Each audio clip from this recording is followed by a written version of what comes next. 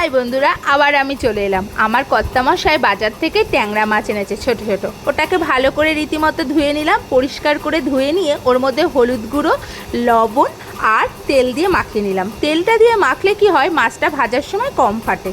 এবার ভালো করে মাখিয়ে এক সাইডে রেখে দিয়ে আমি পাশে কড়াইতে তেল দিয়ে মাছগুলো ভাজতে শুরু করলাম। ওই ভাজা তেলেই আমি মাছটা তুলে রেখে ওই ভাজা তেলেই আমি কালো জিরে ফোড়ন দিয়ে দেবো। কালো জিরে দেওয়ার পরে পেঁয়াজ কুচি দিয়ে দেবো। পেঁয়াজ কুচিটার সাথেই আমি রসুন কুচি আর 4-5টা কাঁচা লঙ্কা দিয়ে দেবো।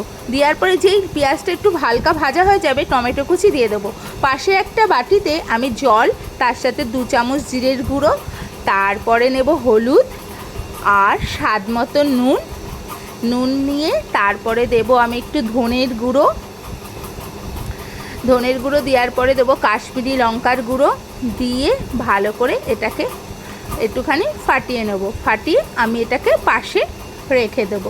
রেখে দেওয়ার পরেই এই যে আমি ভালো করে ফাটিয়ে নিচ্ছি। ফাটিয়ে নেওয়ার পরে আমি এটাকে পাশে রেখে দেবো। এবার দেখি পেঁয়াজটা অনেকটা হয়ে গেছে। তারপরে আমি আদা বাটা দিয়ে দিলাম, ওই মশলা যেটা করে রেখেছিলাম ওটাও দিয়ে দিলাম। হালকা করে কষিয়ে আমি রেখে দেবো। যেই তেল ছেড়ে যাবে তারপরে আমি ভাজা মাছগুলো দিয়ে দেবো। দেওয়ার পরে একটু নাড়িয়ে আমি সামান্য একদম জল অ্যাড করব, সামান্য একটু জল অ্যাড করব। করার পরেই আবার ঢেকে দেবো।